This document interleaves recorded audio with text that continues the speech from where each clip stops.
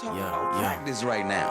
I've been chasing all my dreams, failing isn't meant for me. Fuck all of this foolery, this should be my destiny. The closest ones ignore your cries, guess the sun don't always shine. At least I know I always tried, nothing happens overnight. I've been chasing all my dreams, failing isn't meant for me. Fuck all of this foolery, this should be my destiny. The closest ones ignore your cries, guess the sun don't always shine. At least I know I always tried, nothing happens overnight.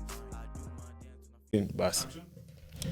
Ladies and gentlemen, welcome back to the Dream Chasers podcast. My name is Anthony Mana, and with me today in studio, I have the man, the myth, the legend, Nigeria's finest DJ, PROD by ARIELL. Oh, go on. How are you doing, my brother? I'm steady, man. How you doing, bro? Chilling as well. Just had a crazy day, man. But, you know, we're here. We're here. We have to do what we have to do. Type shit. And life has to move on, man. Yeah. How's the music scene as a DJ? It's different. Like, different in the sense where it's different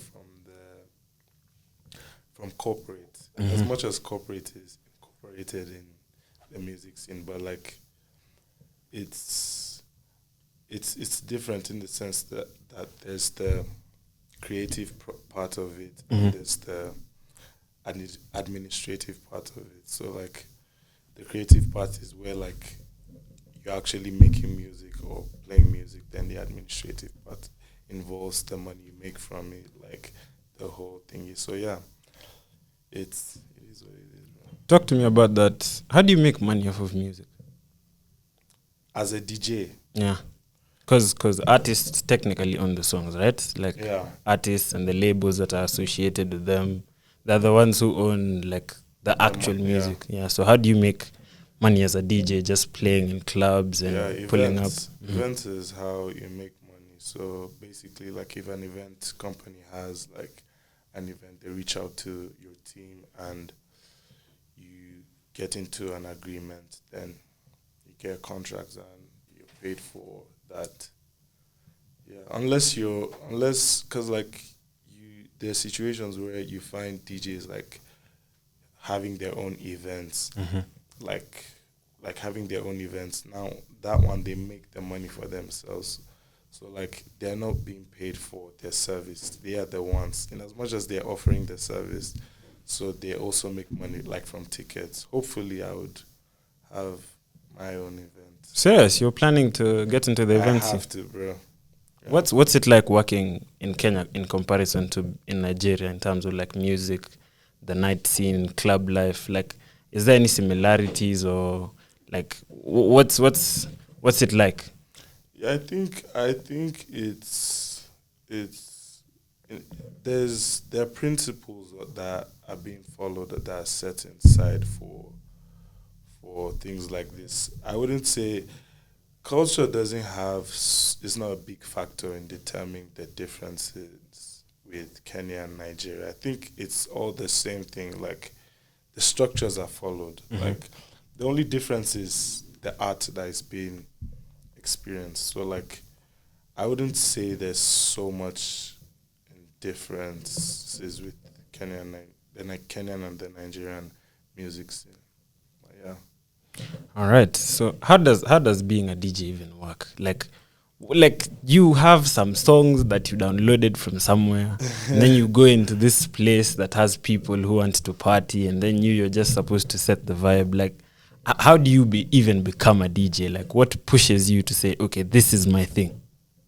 So the question is, how does one become a DJ? Yeah, like how do you say, okay, so I'm ARIELL now. I mean, ARIELL's body. But I'm not just a DJ. Yeah, but like I would give you, okay, so you need to first ask yourself, what does a DJ do? I think that's the first question you should ask.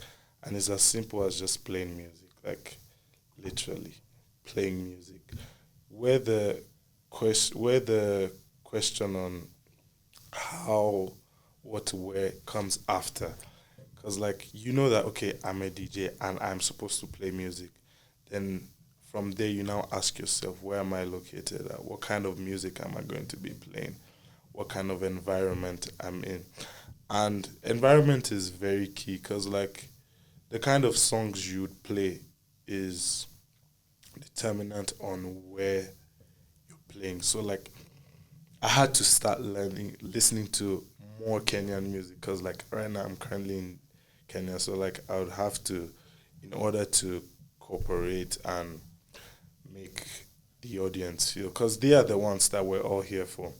But now it also depends because, like, playing at clubs can be so tricky because, like, now at the club you have Kenyans, you have Nigerians, you have Especially Congolese. where we are. Yeah, like, and everybody wants to, like, they want to feel home. So, like, as a DJ, what makes you a good DJ is your ability to make room for everybody and make everybody feel home. So, like, yeah, I think that's one thing.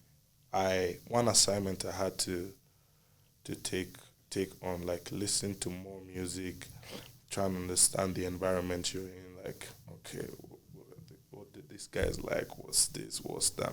And get creative with it. You said DJing is not the only thing you do. What else encompasses Ariel as a person? Because you're a brand now. You're a big shot. People out here look at your page. Bro, you're glazing too much. No, I'm not lying. I look at your page maybe on a Thursday night and I'm like, why is he performing tonight? And maybe I want to pull up and have a good time. So ARIELL as a brand, ARIELL is an artist. If I would describe what ARIELL is, I'm an artist. Like, I'm a musician. Like, I make music. Like, okay, let me give you the backtrack of how I got into music. I grew up in the church. So, like, I learned how to play the drums. I learned how to play keyboard. I learned how to play the guitar.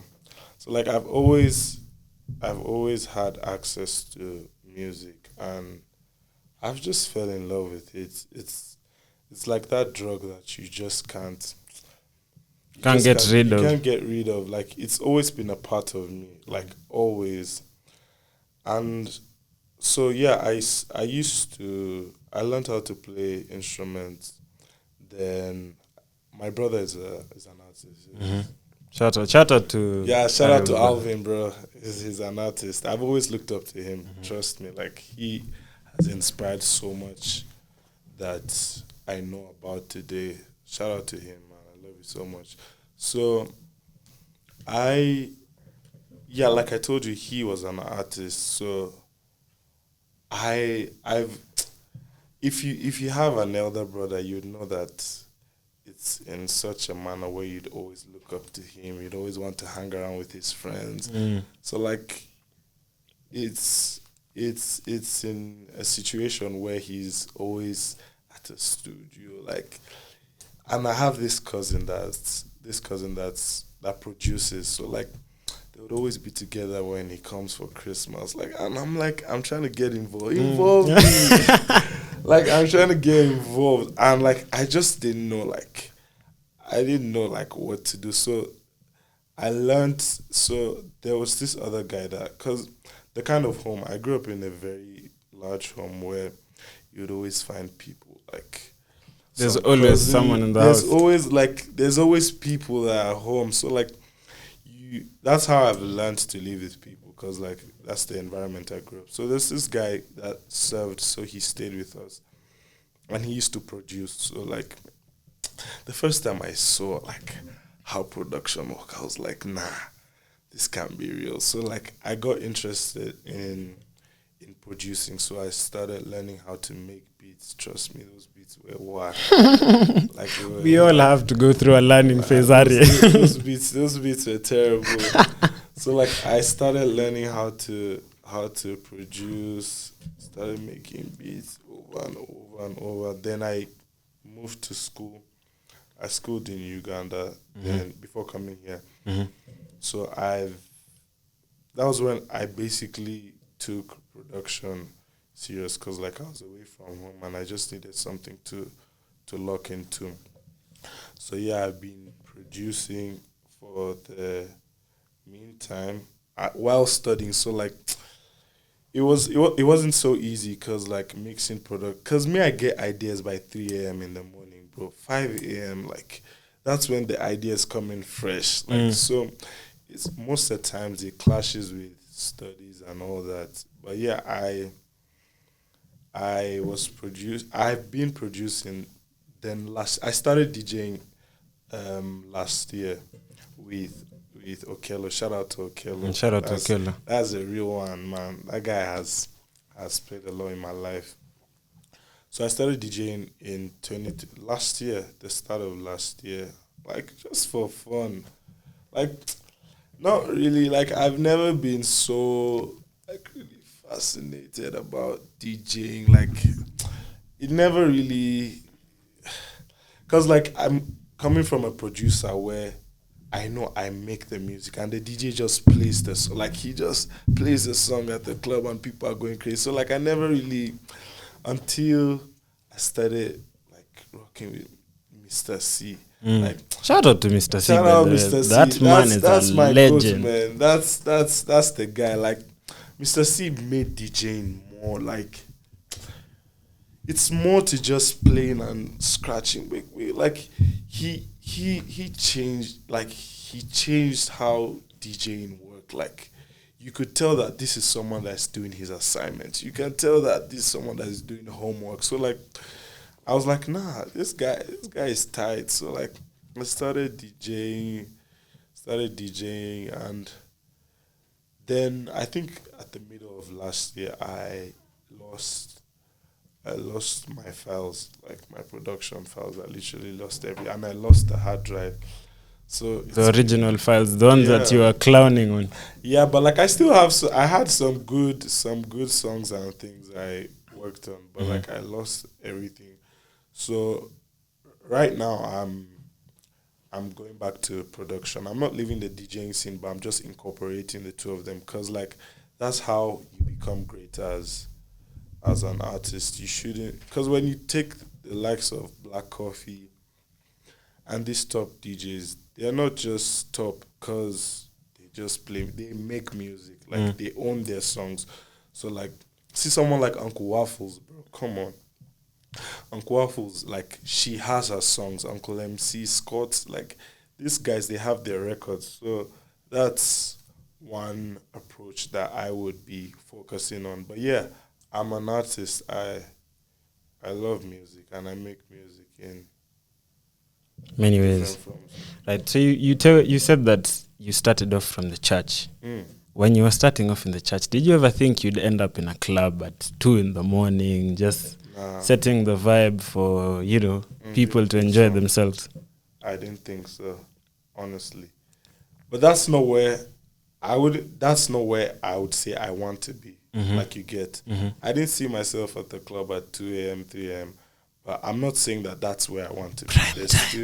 Prime time.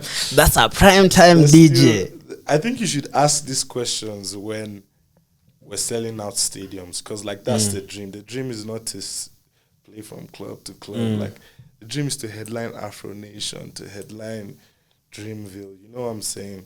Like to sell out stadiums. Like that's where I plan to be. Yeah. Nice. So, from your production work that you've mentioned, are there any honorable mentions, anything to note, or anyone you've worked with that you can, give us insight on? Shout out to my homeboy Benaya. Shout out to Benaya. His album Rome, I produced 2 tracks from it, Do and Bounce. Shout out to Benaya. That's my day one, bro. He's out there in Kigali doing the most, my guy. He's doing the most, man. I'm waiting for him to land back in this country so that I bring him here. I have beats for him. I have work for him. Yeah. Shout out to Benaya. That's one artist I've worked with Zuvi. You know Zuvi? Yeah, I know Zuvi. By the way, we have some things that we need to complete. But yeah. Zuvi, ARIELL has just said you reach out. Yeah, reach out. But like, if you'd ask me artist I would like to work with in Kenya, yeah, she's key. I think, funny enough, that would be like my favorite Kenyan artist. I like the kind of music he makes. Like, there's just something about, it's just so different. So like, I would like to work with Yashiski, Lil Minor. That guy is tight. Like, There's something about Lil Minor. I don't know what's it about the way that guy. he Like, produces music. Like he just knows how to get you on on the move. It's either the intro, like just something. Like as one artist I would like to work with, and obviously Bien, bro, and Sauti Soul, man. But I listened to Sauti Soul in high school. I used to think they were South African. Like, For real? it was up until I came to Kenya that my roommates told me they were Kenyan artists. Like, what? Sauti Soul, I used to listen to them right from a very early age. Like, it would be an honor to work with them. Kodan Clan. I like the kind of music they make. I like the kind of music they make. Those are another set of people I would like to work with. Yeah.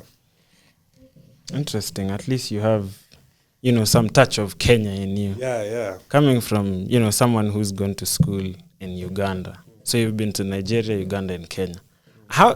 What do your parents think about you being a DJ? Because, we all have African parents who want us to be doctors, engineers, and all these big things that you have to read for 300 years in school and go have a job that you hate.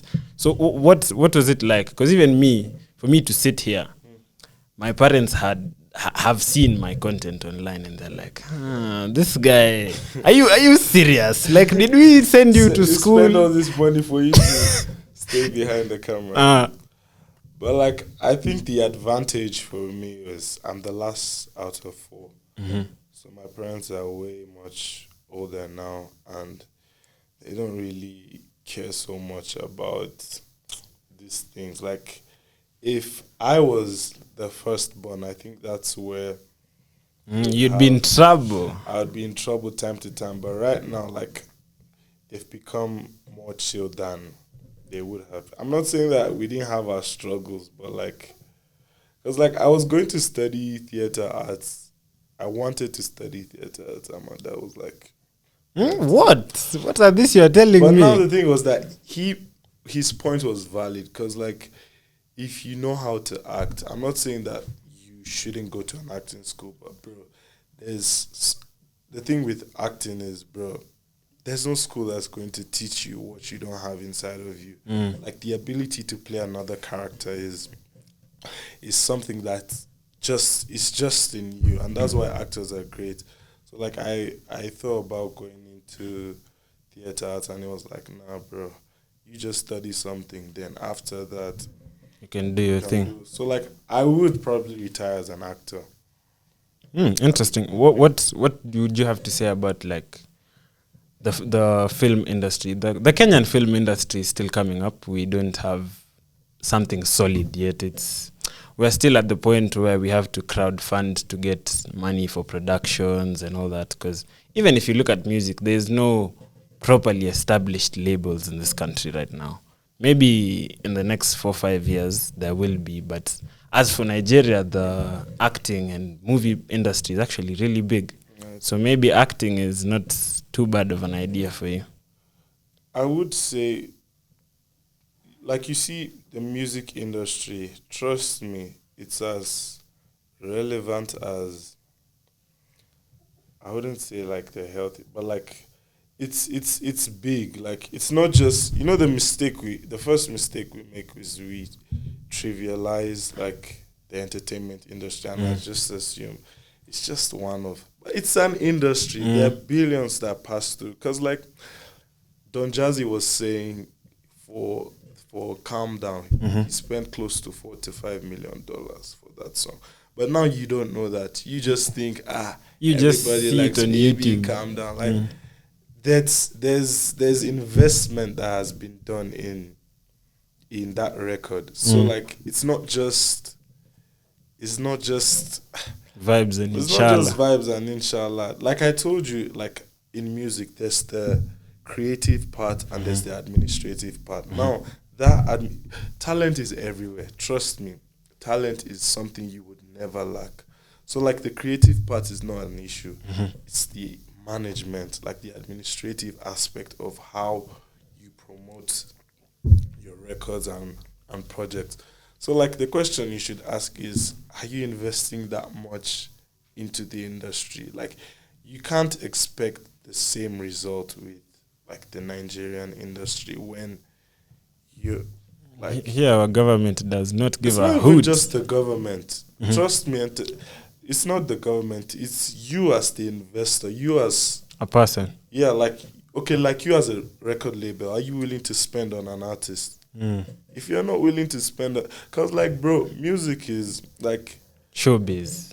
At the bro, end it's of a the day. business, man. Trust me. For people to sing your songs word for word, you have to invest. It's not just we like this guy. No, it doesn't work like that. You have to pay for sponsorships. You have to invest heavily in order to get people to rock with your brand. So like until we are ready, until the Kenyan industry is ready to invest, it's risky, but like you wouldn't expect the same result by not doing the same thing. So like you have to invest in the industry, not just financially.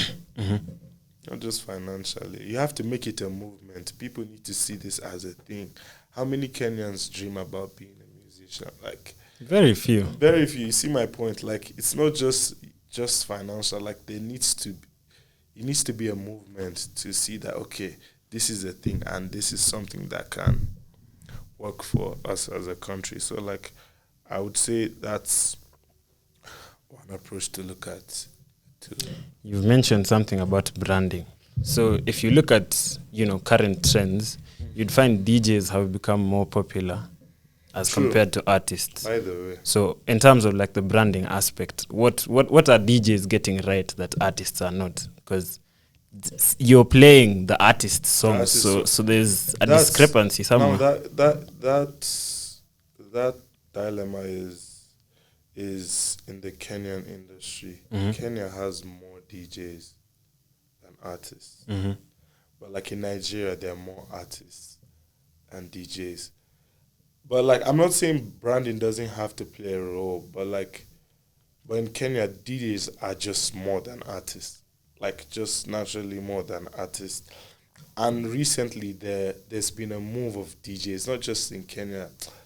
DJs are becoming more relevant. Like I don't know how to explain it, but like there's just a move where you find crazy transitions. Like DJs have made DJing more enjoyable. Like that's what I was saying about Mr. C. Like he made me enjoy like DJing. Like wow, this transition was hard. You mentioned something about scratching. So explain to me exactly what like the scratching is and what has Mr. C done that, changed that.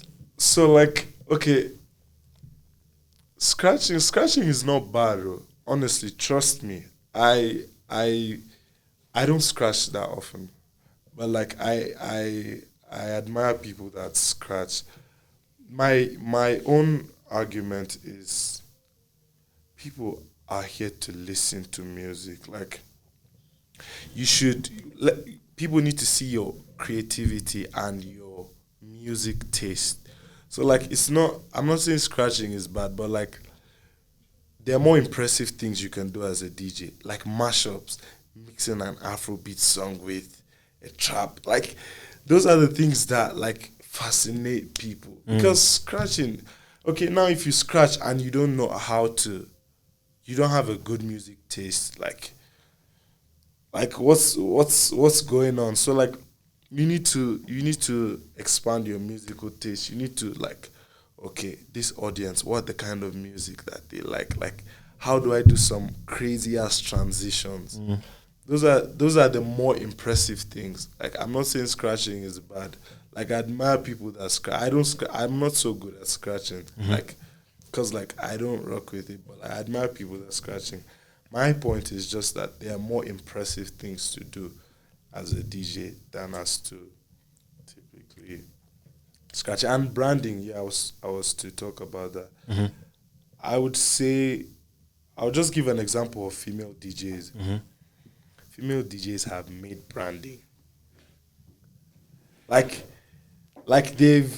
I think female DJs have done so much more than we actually even acknowledge, like they've made like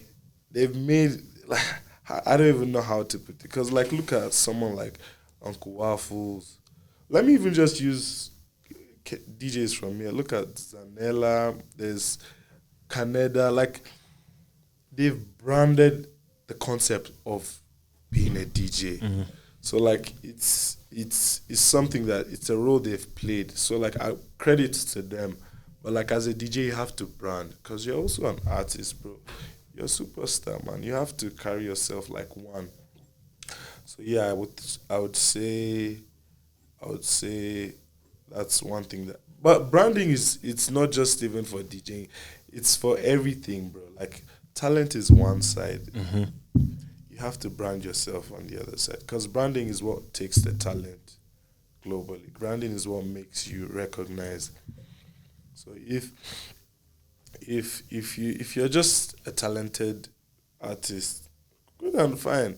But trust me, there are way talented people than you. Me, I can tell you that for a fact. You think you can sing, you just go into those shags, but you'd find someone that has the most angelic voice. You think you can DJ, you find some like.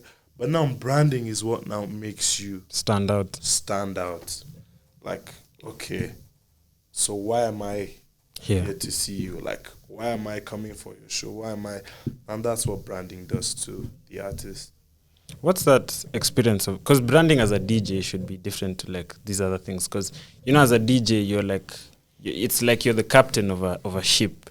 Your work is to direct the vibe a certain way. So as a DJ, how do you make the audience remember you? How do you make, like when Ariel is playing on set, how do you make us remember that Ariel was the one playing? Now, one of the things I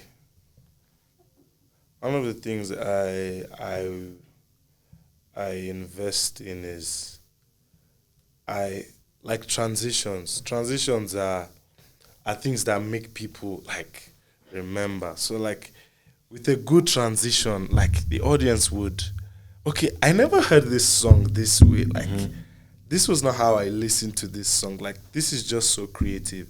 So like when you're able to have those transitions and mashups, then even edits, we have edits. So like I can do an Afro house version of Live and Die in Africa. Like now that's something that would be like, what's going on? Like what's going on? You try to Shazam, it's not Shazamming. Now those are the things that makes you stand out when you're performing.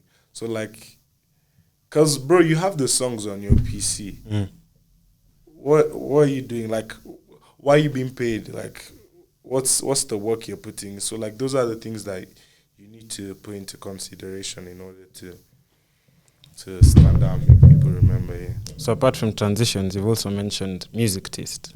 So coming from the point of someone who's not Kenyan, explain to me your experience listening to Kenyan music, because you went from Zilizopendwa to Gengetone to now Urban Tune. What's it like listening to all these people just say random things? There was a point where Kenyan music was purely about shaking ass. Purely. I loved it. Bro, right now I go to the club and I see babes doing TikTok challenges and I'm like, what happened to my country? Yeah, but it's... Repeat the question again. What's it like having experienced Kenyan music? Like, leave Sauti Sol, because Sauti Sol is like branded as top tier Kenyan music. Now when it comes to other genres like Gengetone, you've also listened to artists like Toxic Lyrically and all that. You see, so what's that experience like? Now the thing is, you need to understand that music is an expression, like it's a language. In as much as you have what you're listening to and you have your preferences, what makes you a good musician or a good artist is your ability to because like what you need to do as an artist is to understand. Like, so you're not just like, okay, listening. Because the first time I was in Kenya and I started hearing those Gengetone, and I was like, it wasn't. I was so locked into Afrobeat, so like I was kind of conservative in like listening to, but as time went on, like I'm trying to understand, okay, this vibe is actually nice. This is tight. And the thing is that basically music today is more of vibe at the top of the list as to lyrics. Because like if you want lyrics, you listen to rappers, you listen to J. Cole, you listen to Killigraph. Killigraph is Hardcore. Killigraph is on some Hardcore shit. rap. It's hardcore. But like it's more of vibe. Like people need to like feel the vibe, then later on listen to the lyrics. Cause like you don't understand most of the Afrobeat songs you listen to, but you're rocking with it. If you're able to make people vibe with you, the lyrics will come after. So like I think I but like personally for me, I listen to like a lot of genres of music. I listen to classical, I listen to jazz. Like the songs I play in the club are not songs that you'd find on my Spotify. So it's like day and night for you. Something of the sort. But yeah, so like you, as an artist, you should be open to like, okay, what the elements of this song, like is this song a good record? And yeah.